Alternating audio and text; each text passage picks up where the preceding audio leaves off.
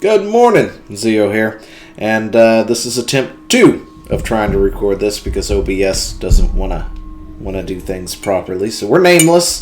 It's okay. I have my associate with me today. I'm D-Pat Chad, or also known as the man with no name. That's right. No name, Chad, right there. And today we're talking Star Fox 2, which, yeah, that's what we're doing. We're going to talk Star Fox 2. So grab yourself some coffee, sit back, relax, and let's get into it, shall we?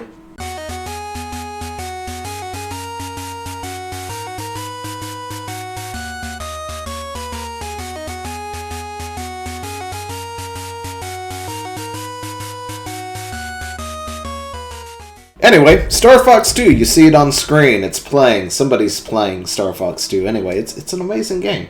If you haven't tried it, you should totally check it out. Oh no, I messed up. What'd you do? It's okay. It's okay. We can keep going though. And we have names now. So if you look below us on the screen, you'll actually see our names. So it's all good. And I know I'm known as the man with a name. Oh. Okay.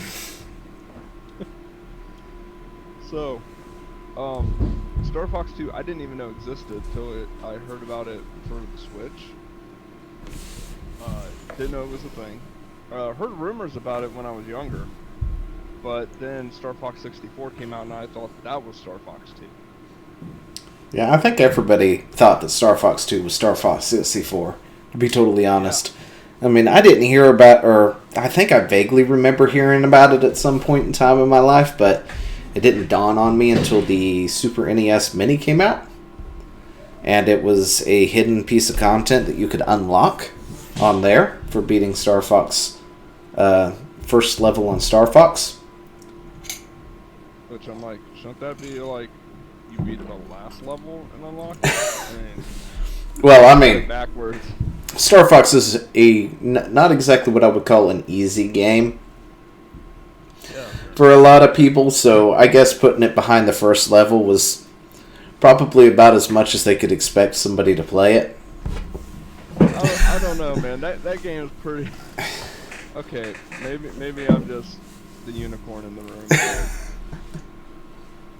But, that game was not hard for me. I remember Star Fox being hard for me. I don't know what it was. I think I rarely made it past maybe the second level to Star Fox when I was younger. So, I mean, it was harder when I was younger, and now I just blow through it. But oh yeah, even when I was younger, I was motoring through it pretty regularly. And then, you know, the whole, like, black hole secret level, where that actually was kind of disturbing, because that was, spoiler, by the way, that was like an alternate ending where it was the bad guy won. Yeah, pretty much. Fox gets lost in the middle of space, probably dies from asphyxiation later. Yeah. Or crash lands on Dino Planet, one of the two. Yeah, maybe that's Dino Planet's continuation there. So, one of the things I thought was interesting was Star Fox was never meant to be an on-rail shooter. Not 2, 1. But they didn't have the technology for it to be open world until Star Fox 2. Yeah. But then, you know, the whole thing where it got, you know, canceled. Well, I mean, they had, I think, some areas in Star Fox 64 that you could, you know, you weren't exactly on rails. You could fly around in the space or whatnot. They had boss fights and like dog fighting arenas. Yeah. Levels. And then when it got the GameCube, they had full-on open world areas, pretty much. It was still confined, but it was huge. Yeah, what was GameCube the Dino Planet one? Because I'm not, like, huge knowing the lore to Star Fox, unfortunately. Look, I don't count that one, okay? What, Dino Planet doesn't count? No, it doesn't. Star Fox Wii U in my book doesn't count. The only reason I never actually decided I was going to buy that game was the pad gimmick. I think that's the one thing that prevents me from playing a lot of Nintendo games is their gimmicks. Like, I would love to play them, but their gimmicks are just too much of a hassle. Sometimes they hit, sometimes they are labo. Like, it's... Well, see, I don't mind the gimmick. It's like, flick your wrist to swing Link's sword, right? Or use the pad to aim and turn and junk for Star Fox. You know, and those gimmicks are fun and fine for the first 10 minutes. But it'd be really nice to turn them off and just use a regular controller. You know what I mean? You can, Zio. No, not on Star Fox. You sure? Yeah, I'm pretty sure it says you can't do that. I looked into it because I was like, if I could turn and use like the Pro Controller, I would buy the game. Okay. But it's incompatible with it, I think. Well, I mean, somebody can tell me otherwise, but from what my understanding was, it was incompatible. Most of the games, you could turn off that function and just use the controller regularly and just use the analog stick. It may have been incompatible with the Pro Controller, but it might still have the functionality to turn off that feature. I don't know. I don't know. I think, what's his name was asked once about that, and he said no, they had no plans to while it was still in development. Okay. So that's where I'm basing a lot of my information from, but if the finished product had it and I just didn't know because I didn't take the time to play past a demo I found somewhere out and about. Yeah, honestly, you're probably right, because I remember the Wii, Nintendo really pushed the developers to push that gimmick. Yeah. And boy, did it bite them. So, yeah, Star Fox 2 was amazing because RPG elements. Well, kinda. It had tactical elements. Tactical, more like it. Elements. Tactical and choose your way kind of thing. Yeah, sorry. When I said RPG, my mind went to Ogre Battle. So, like, if anybody's ever played that gem, by the way, I highly recommend it. It's a Super Nintendo game and N64, but, in the game Ogre Battle, you had units, and you had to go and meet the enemy on a map, and Star Fox 2 did something very similar, where you had a galaxy map, and you had to meet the enemy as they crossed from Andross's base, space? Oh, the bases, motherships, or cruisers or whatnot.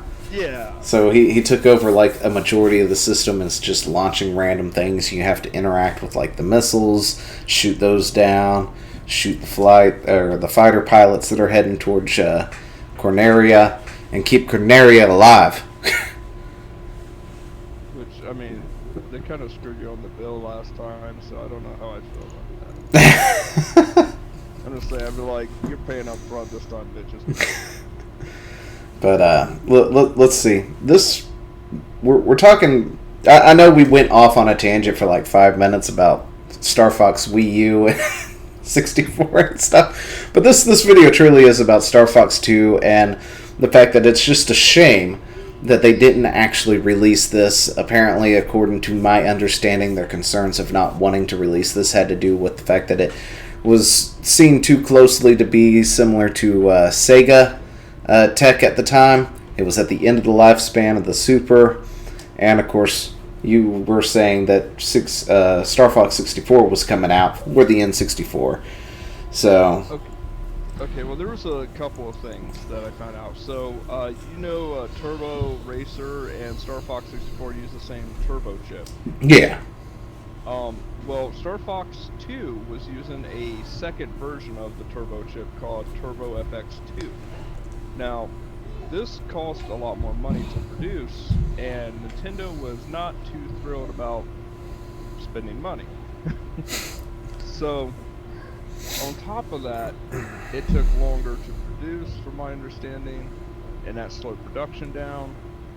And something about a studio. I think it might have Hop Studio, but I wasn't too for sure on that.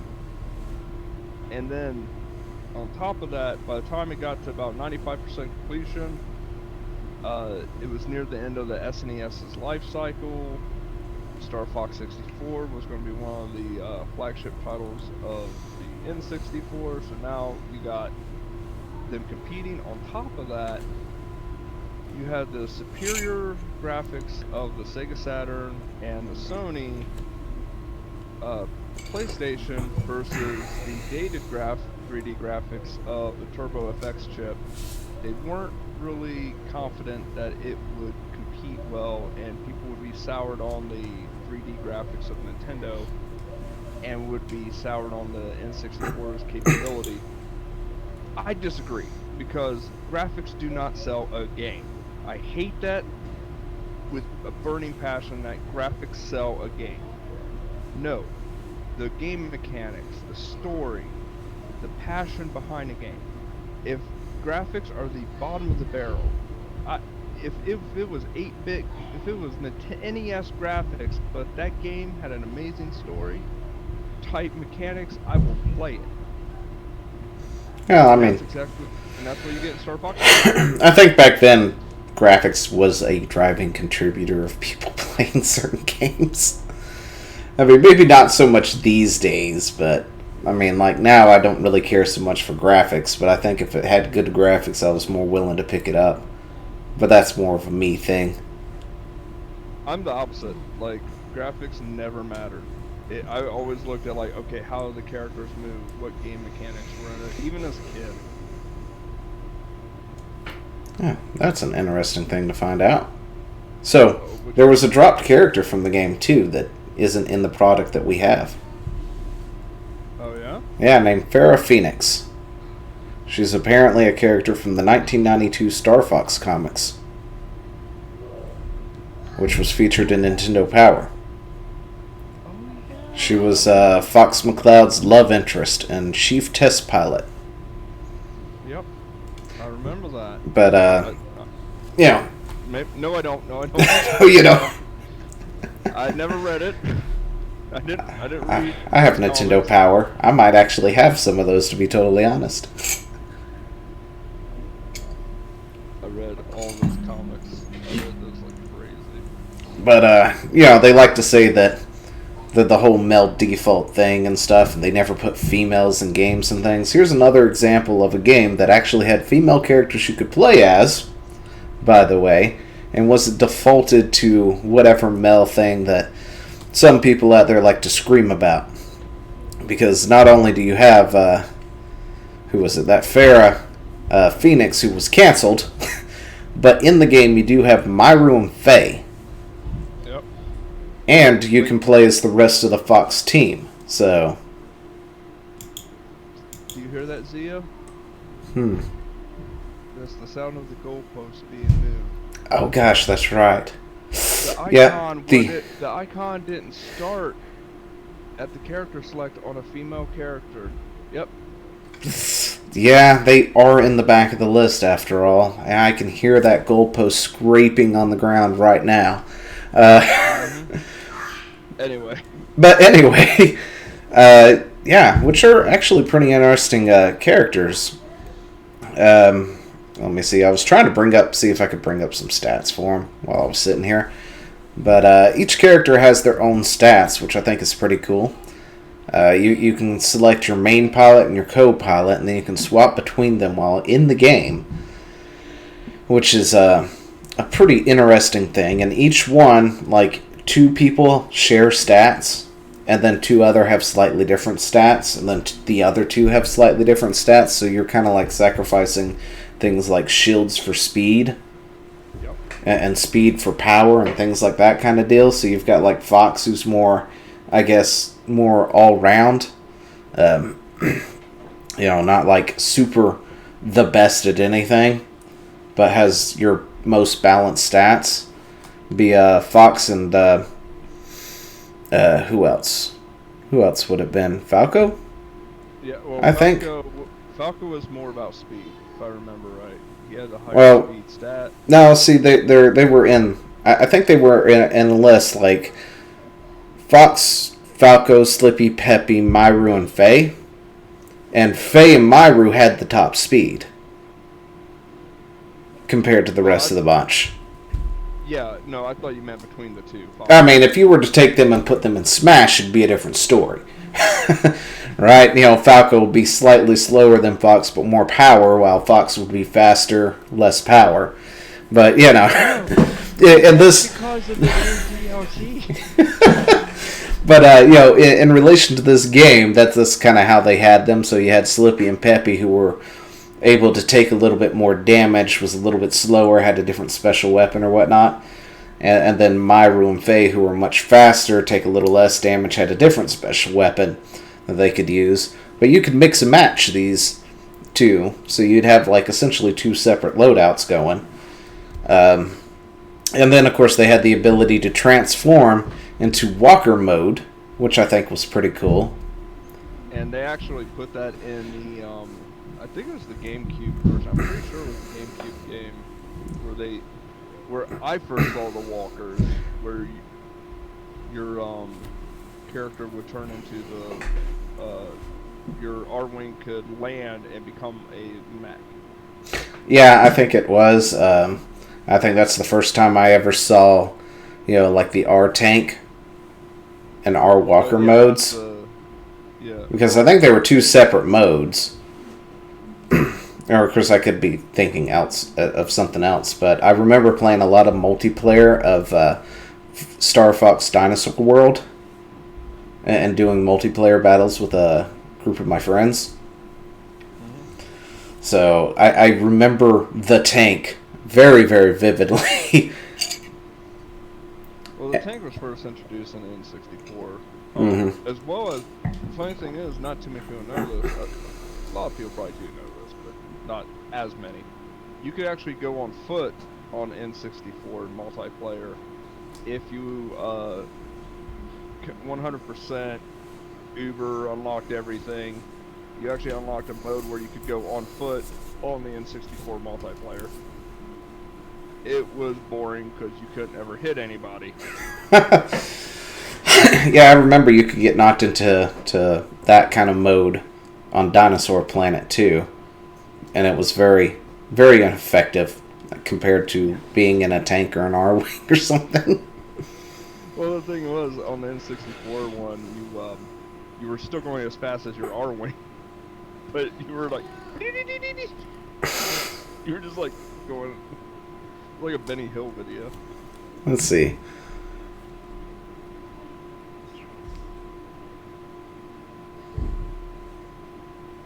Oh, it did have an E3 appearance, which means it did have a commercial, I bet, out there. I thought I remembered it. It wasn't the one that I showed you, but there might have been one out there because it did have one E3 appearance, as well as many screenshots provided by Nintendo to generate interest in the sequel. Let's see. I remember the Slippy's special power in Star Fox 2 was devastatingly strong, go figure, because I believe he could repair. So in between, because you didn't just automatically repair in between levels in Star Fox 2, I think that it was repair over time. So Slippy could repair mid-mission. Oh, that'd be cool. If I recall. I mean, you could find power-ups, but they were very sparse. Yeah, I only played as Fox and Myru when I went through it on the Switch. By the way, the game is available on the Switch. If you buy their Nintendo whatever thing, you can go play it for free on the Super NES emulator thing. They got a lot of games. And it was available on the Super NES Mini, Classic Mini, or whatever it was called. So that's how you can go play the game if you want to go play it. I'm sure there's a ROM out there, of course, if you can find an emulator to be able to emulate the SF or SF chip, Turbo FX, whatever it's called.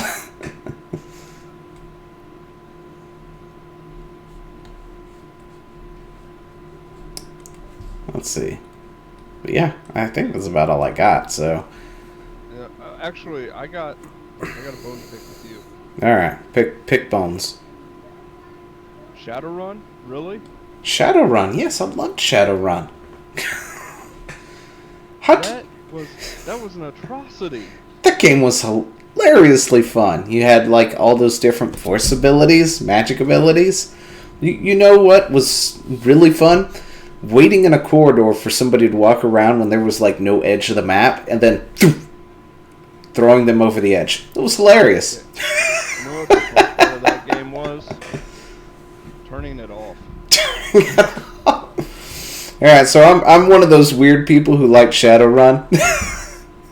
No, actually, the reason I didn't like it, and this is totally a fanboy issue, I played the Shadowrun for Super Nintendo and Sega Genesis.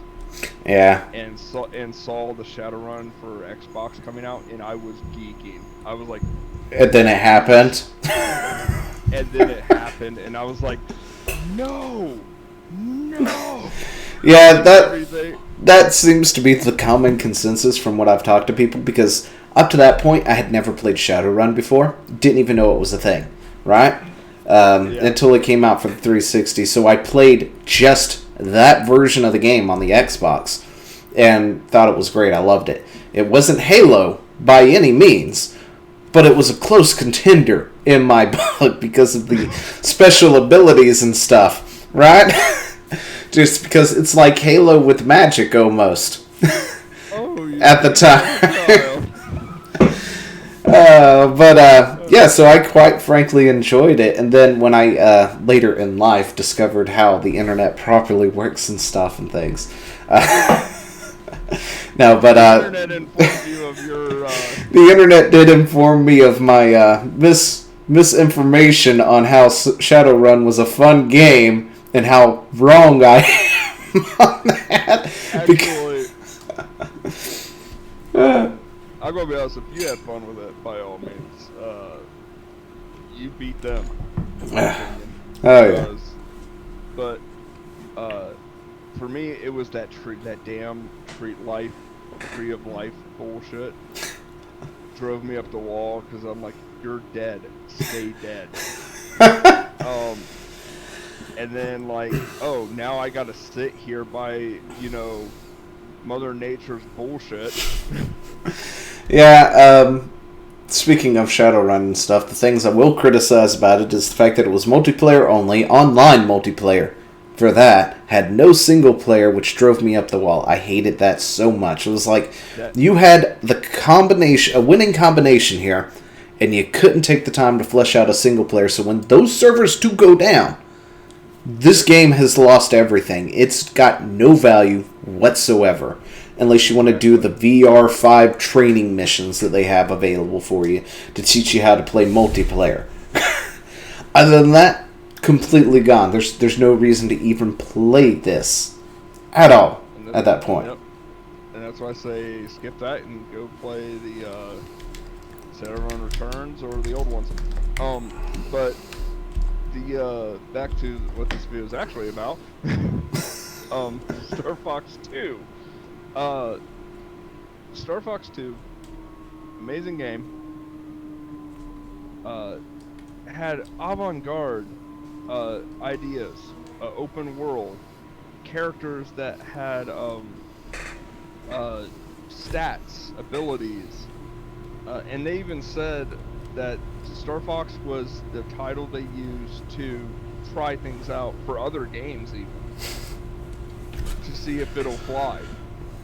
So there's some things that were done in Star Fox 2 that you probably are like, hey, don't they use that? Yes, they do use that in other games.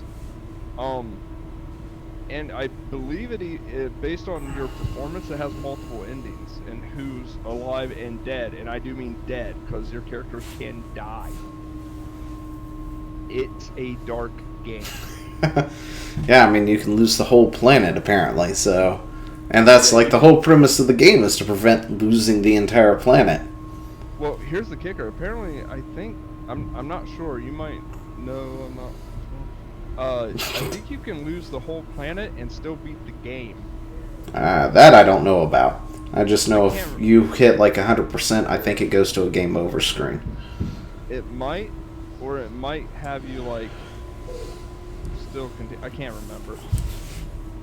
Maybe. I never actually did that, so I wouldn't know. I've played through the game 3 times now.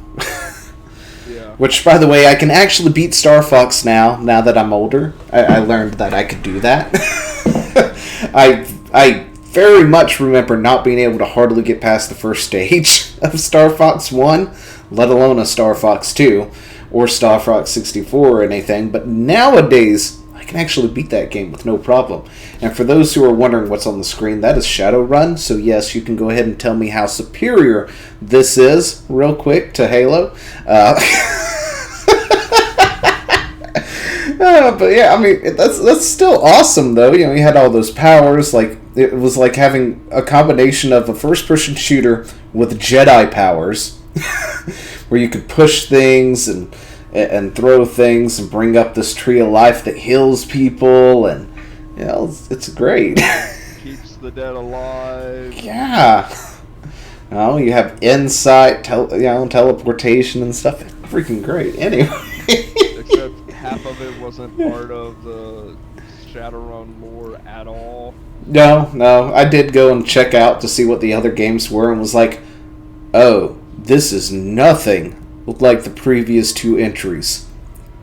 Did they warn anybody before they released this? Because no wonder people were so upset. Now I get it.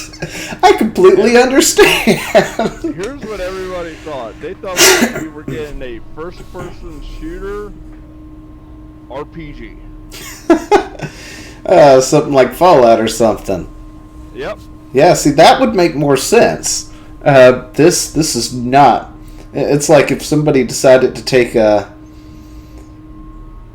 another franchise that I can't think of off the top of my head, like, I don't know, Super Metroid, and turned it into this first-person multiplayer shooter thing on, I don't know, some obscure handheld or something like that.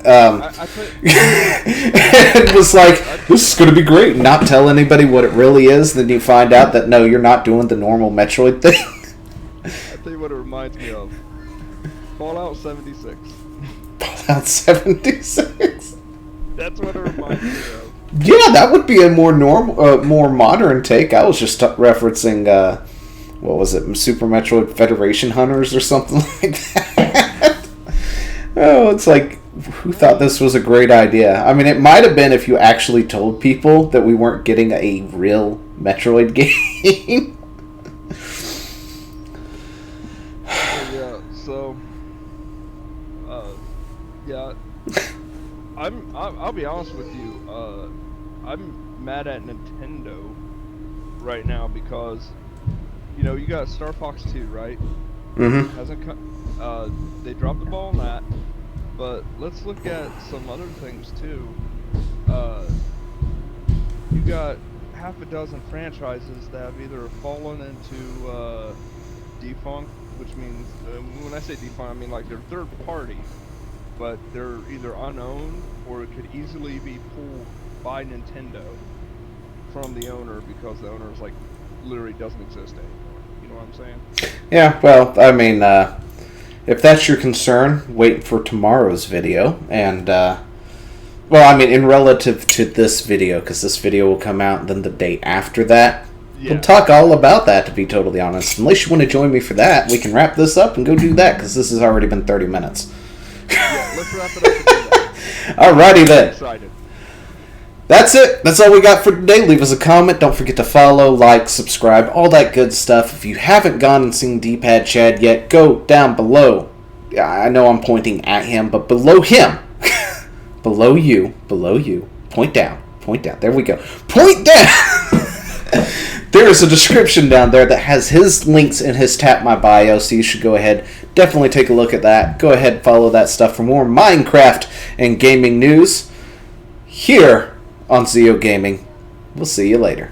Hey, thanks for watching. Don't forget to leave a comment, smash that like button, and always subscribe for more. And of course, there are other videos floating around somewhere on the screen, so click one of those and see if you can find something that suits your fancy. Till then, I'll see you later. Bye.